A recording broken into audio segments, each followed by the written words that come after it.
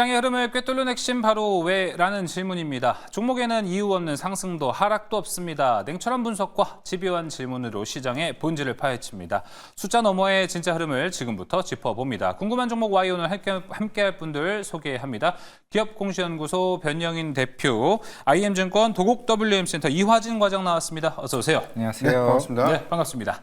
자, 바로 오늘의 첫 번째 주제, 엔비디아 얘기 해보도록 하겠습니다. 주제 공개해 주시죠. 잠시 후에 미국장이 마감하면요, 이제 엔비디아의 실적이 발표됩니다. 이번 실적, 잘못 나온 것 같습니다. 자, 다시 한번 주제 공개를 해볼게요. 자, 엔비디아의 실적 발표를 두고 다시 이야기를 해보도록 하겠습니다. 자, 다시 말씀드릴게요. 자, 6% 위아래로 움직일 수 있다라고 합니다. 실적 결과에 따라서 이렇게 위로 왔다 갔다 할 수 있다고 하는데요. 자, 이번에 거기에 동반되는 거래 금액은 무려 362조 원이나 된다고 합니다. 엔비디아 이번 실적 컨센서스에 대해서 한번 말씀을 좀 드려보도록 하겠습니다. 화면을 통해 만나보시죠. 자, 일단은 매출은 최소 라인으로 잡았을 때는 460억 달러가 현재 나오고 있습니다. EPS는 1달러에서 1.01달러 정도 컨센서스가 현재 나오고 있습니다. 사실 엔비디아 실적 발표 보기 전에 엔비디아 실적 발표 볼 때 컨센서스는 무의미합니다. 왜냐하면 항상 이걸 뛰어넘는 실적을 발표했기 때문이죠.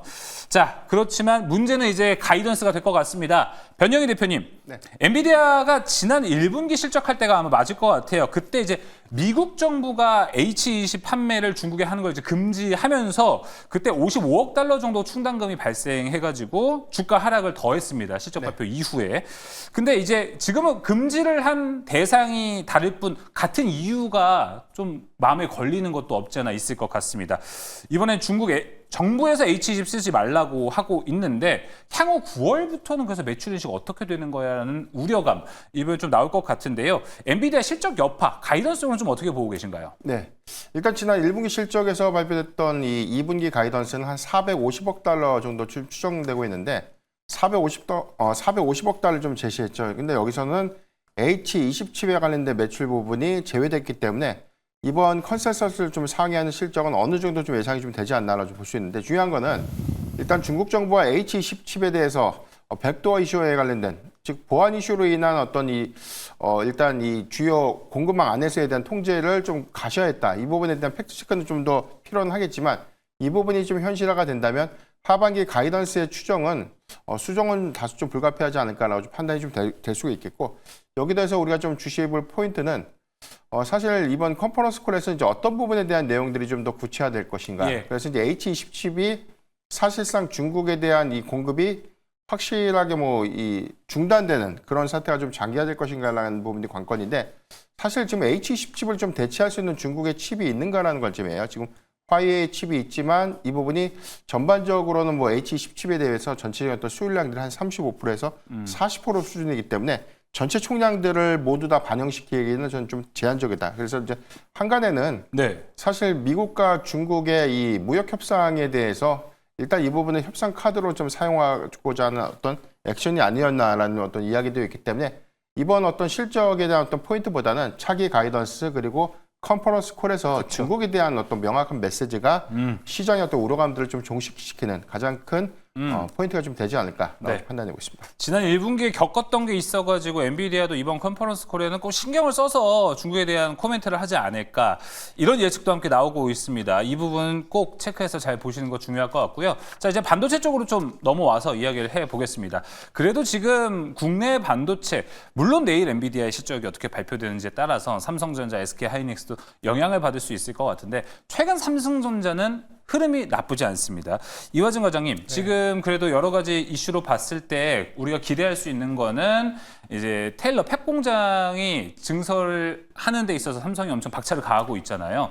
거기에 관해서 야, 이제 진짜 오리지널 반도체들의 소부장 흐름 좀 기대할 수 있지 않냐라는 기대감이 여러 가지로 좀 있습니다. 어떻게 보고 계십니까? 네, 결국에는 이제 그동안 테일러 팹 공장에 대한 부분들도 기존에 좀 지연된 이슈도 있었고, 그게 내년 말이나 이제 내후년 초부터 본격적으로 이제 가동률이 이제 올라가지 않을까 좀 생각을 하고 있는데, 물론 그동안 이제 파운드리 파운드리 쪽에 대한 적자 규모가 누적으로 지금 올해 상반기만 하더라도 4조 5천억 정도까지 쌓여 있죠.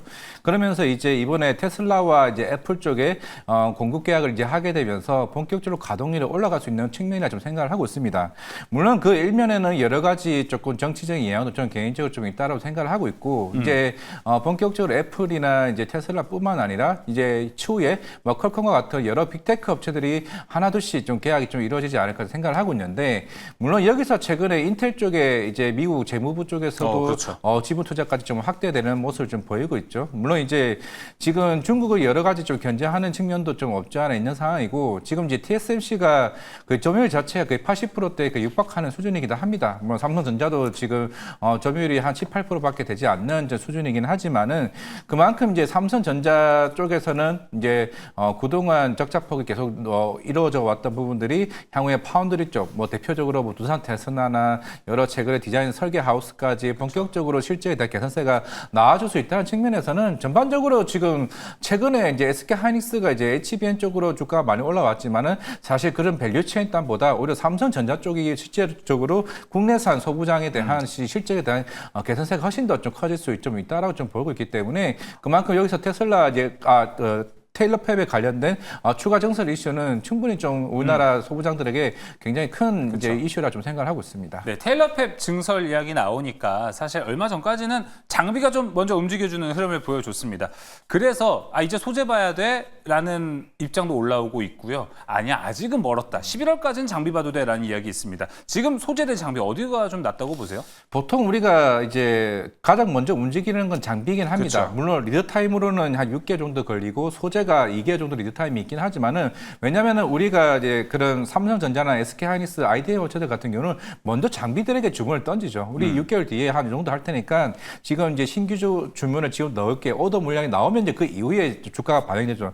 최근에 이오테크니스가 1분기 때부터 실적이 이제 서프라이즈에 나오기 시작했습니다. 그렇다는 거는 적어도 작년 한 10월, 9월 달부터 이미 물량들이 본격적으로 매출에 반영되기 이제 시작한 측면이 좀 있는 상황이기 때문에 네. 일단 저는 장비가 훨씬 더 크게 펀더멘털이 더 커질 수 있고 그만큼 사이클 자체가 더 길어질 수 있다는 측면에서는 확실히 예전과는 좀 다른 펀더멘털이 충분히 상방이 좀 있다고 생각하고 있습니다. 알겠습니다. 장비 이야기 들어봤습니다.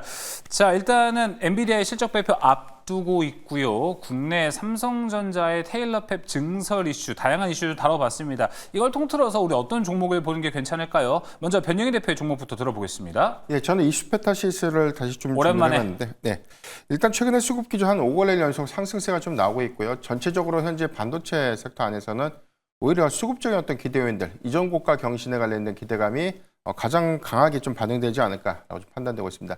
2분기 어닝 미스가 있었습니다. 다만 이제 내용적인 측면을 보면 구글량 매출이 사실 모델 체인지로 인해서 3분기로 좀 이연됐던 효과를 좀 제외하면 대체적으로 좀 서프라이즈에 좀 가깝게 나왔다라고 볼 수 있겠고 이 부분은 오히려 3분기 이익 확장 관점의 기대 요인이 좀 될 수 있기 때문에 이런 부분들에 관련된 수요 확장 기대감 그리고 엔비디아에 현재 집중되고 있던 그런 부분들이 구글이라든가 하이퍼스케일러 향들에 대한 어떤 고객사 다변화 관점의 외형 확장들은 올해보다는 좀 내년에 조금 더 기대 요인이 될 수 있지 않을까라고 판단해 보겠습니다. 네. 전 단기적인 목표가로 한 71,500원 정도 제시해 드리겠고요. 손절가 56,000원을 제시해 드리겠습니다. 네, 변영희 대표가 이슈페타시스를 이 시간에 소개해주면 항상 잘 갔던 기억밖에 없거든요. 자, 이번에도 저 71,500원 단기 목표가 또 달성할 수 있을지 관심 있게 지켜보겠습니다. 자, 이어서 이화진 과장님 종목은요? 저는 이제 이오테크니스입니다. 이오테크니스를 사실 가지고 왔다는 거는 결국엔 이제 삼성전자향으로 좀 봐야 되지 않을까 생각을 하고 있고 그만큼 이제 디램 쪽에 이제 익스포저가 굉장히 큰 게 이제 이오테크니스죠. 아까 잠깐 얘기했던 게 이오테크니스가 1분기 때부터 어닝 서프라이즈가 나오기 시작하면서 이번 2분기도 실적 개선세가 더 이루어지고 있다고 보고 있습니다. 그러면 이제 적어도 삼성전자는 HBM3 관련해서 이제 8단 반도체 이번에 아마 8월 말이나 이제 9월쯤에 엔비디아 관련 12단 반도체 컬테스트 통과 여부가 정해질 수 있을 거긴 한데 물론 이제 통과됐다고 해서 이제 공시 사항은 아닙니다. 공시 사항은 아니긴 하겠지만은 만약에 이오테크니스가 여기서 커팅 장비 수요가 빠르게 올라오고 3, 4분기 때 계속 이어지게 된다라는 거는 아마 거기서 좀 힌트를 좀 볼 수 있지 않을까 좀 생각을 하고 있고, 물론 추후에 HBM4가 내년 1분기쯤에 이제 컬 테스트 통과 여부가 좀 정해진다라고 하게 되면은, 물론 이제 지금 엔비디아 향은 물론 SK 하이닉스가 가장 큰 수혜이긴 하겠지만은 점차적으로 내년에 엔비디아 같은 경우는 본격적으로 HBM 가격 인하를 위해서 삼성전자가 들어오는 게 제일 중요할 수밖에 없다고 생각하고 있습니다. 그렇다면 이 테크니스의 그런 커팅 장비, 스텔스 다이시 장비에 대한 조금 수요가 더 커질 수 있다는 측면에서 뭐 지금 주가가 좀 단기적인 조정이 나오긴 했습니다만은 충분히 조정이 나오더라도 20만 원 선은 충분히 지지할 수 있다고 생각을 하고 있습니다. 그래서 네. 이제 매수가는 20만 원, 손절가는 18만 원 제시하도록 하겠습니다. 네, 자 손절가 18만 원, 매수가 20만 원이었습니다. 자, 첫 번째 주제 마무리하고요. 두 번째 주제로 넘어갑니다. 두 번째 주제 공개해 주시죠. 자, 앞서 봤습니다. 아이폰 신작. 연예인 걱정은 하는 게 아니라더니 애플도 걱정하는 게 아닌 것 같다라는 생각이 좀 듭니다. 아이폰은 아이폰이네요. 갤럭시의 선풍적인 인기를 끌고 있어서 부품주도 좀 올라갔었는데요. 아이폰 17 기대감도 이제 다시 한번 이 스마트폰 부품주들을 들어 올려주고 있습니다. 자, 이번에 아이폰은요, 갤럭시와 마찬가지로 엄청 슬림해진다라고 합니다. 거기에 들어가는 부품들은, 핵심 부품들은 또 무엇이 있을지, 그래도 아이폰의 눈, LG 이노텍 같은 카메라는 더 잘 팔리지 않겠냐, 다양한 이야기들 좀 나오고 있습니다. 자, 하지만 현재 봤을 때 우리 이 부품주들의 연속성은 어떻게 바라봐야 될지 먼저 이화진 과장님 가보겠습니다. 스마트폰 부품주들이 올라가는 모습은 뭐 좋습니다. 갤럭시에 이어서 연속성이 한 번 더 나와가지고 좋은데, 야, 이거 지금 봤을 때 또 연속성을 기대할 수 있을까는 좀 의문입니다. 네, 뭐 올해 상반기 2월 달부터 특히 중국 쪽은 이제 스마트폰 이제 출하량이 하나둘씩 이제 올라가기 시작을 했고, 뭐 하반기에는 전반적인 이제 IT 전방 수요가 올라갈 수 있다는 이제 기대감이 하나둘씩 나오고 있죠. 물론 최근에 애플이 2분기 실적 발표를 하더라도, 물론 이제 기존에 이제 아이폰 16과 관련된 전 시리즈의 그런 프로모션이 좀 있었기 때문에 본격적인 재고 물량들이 해소되는 이제 측면도 있긴 하겠지만은, 전 세계적으로 지금 이제 폼팩트의 변화가 좀 이루어지고 있다고 생각하고 있습니다. 물론 아이폰도 내년 하반기쯤에 이제 폼팩트 변화를 좀 주게 될 것으로 보이고 있고, 최근에 지난주죠, 구글에서도 이제 픽셀 시리즈 중에서도 폴더블 쪽에 대한 발표를 하나둘씩 하고 있는 상황입니다. 그렇기 때문에 그만큼 이제 스마트폰 관련된 부품주들이 시장에서 들어오게 될 텐데, 물론 이제 아직까지는 폴더블이 전체적인 스마트폰 시장에서 2%밖에 침투율이 올라오긴 있지는 않지만은, 그만큼 시장이 뭐 AI나 아니면은 이런 폴더블 같은 여러 쪽에 대한 부품주들이 시장에서 좀 부각을 받을 수 있다 말씀드리겠습니다. 네, 알겠습니다. 자, 그러면 우리가 지금 쫙 뭐 밸류체인 국내 기업들도 쭉 살펴봤습니다. 여기에 따라서 이제 투자 키워드도 어떻게 좀 잡아봐야 할지, 지금 뭐 좀 단타로 봐야 할지도 다양한 전략 이야기 좀 들어보겠습니다. 변영희 대표님. 예, 일단 뭐 단기적으로는 9월 초 아이폰 17 모델에 대한 출시 기대감. 다만 우리가 이제 작년에 아이폰 16 모델의 경우 인텔리전스에 대한 적용이 좀 지연되면서 전반적으로 출하량들이 좀 감소했던 그런 부분들이 시장이 원했던 이 교체 수요에 관련된 충족치를 기대치 좀 충족시키지 못했던 부분이 있기 때문에 이번 17 모델의 초기 흥행 여부가 좀 중요할 것 같습니다. 다만 지금 뭐 역대급에서 뭐 초슬림 그리고 뭐 인치수가 좀 확대돼서 스펙이 좀 상당히 좀 완화됐던 그런 부분들이 아이폰 유저들에 대한 이 기대감을 단기적으로는 좀 충족시킬 수 있는 그런 기대 요인이 남아있다는 점에서 관심을 좀 가져야 될 것 같고요. 두 번째는 관세 영향인데, 지금 중국에 대한 관세 부과가 상당히 좀 높게 이루어질 수 있다는 우려감 때문에 인도로 좀 선회를 했죠. 그런데 인도도 추가 관세 25%가 좀 상향된 50%의 관세이기 때문에 애플의 입장에선 상당한 좀 부담이 좀 될 수 있는 부분이에요. 그래서 이제 공급망이 좀 재편될 수 있는 부분들, 그래서 부품사들의 개별적인 수혜 관점에서 좀 해석을 해봐야 될 것 같고요. 마지막으로 폴더블 폰 출시에 관련된 기대감들이 유효하기 때문에 세 가지 포인트를 보면 단기성보다는 단기 중기 관점에 대한 모멘텀은 재차 주목을 해봐야 되지 않을까라고 좀 판단해 보겠습니다. 좋습니다. 그럼 종목도 받아보겠습니다. 변영희 대표님, 종목명과 간단한 설명으로 좀 부탁드릴게요. 네, 일단 BH의 경우에 사실 애플에 대한 의존도가 좀 가장 높은 기업이고요. FPCB의 공급량들, 향후에 공급망의 어떤 재편 관점에서 수혜가 될 수 있지 않을까라고 좀 판단해봤고요. 목표가 2만 원, 손절가 16,500원을 제시해드리겠습니다. BH 들어봤고요. 이화정 과장님. 저는 이제 파이낸텍입니다. 일단은 뭐 폴더블 쪽이고요. 뭐 삼성 디스플레이가 이제 아이플 쪽에 독점 공급을 하고 있기 때문에 내장 힌지는 일단은 무조건 삼성 디스플레이로 들어가게 됩니다. 그러면은 적어도 공급망이 본격적으로 들어가게 된다라고 했을 때 내년에 애플이 출하량이 1,100만 대 정도 수준이라고 하게 되면은 결국 고객사 답에 대한 실적에 대한 개선, 선 일단 말씀드리겠습니다. 네. 일단 손절가는 9,000원 제시하도록 하겠습니다. 네, 파인엠텍까지 이야기 들어봤습니다. 손절가 잘 확인해 보시면 좋을 것 같습니다. 자, 궁금한 종목 와인 여기서 마무리하겠습니다. 변영희 대표, 이화진 과장 함께했습니다. 오늘 말씀 고맙습니다.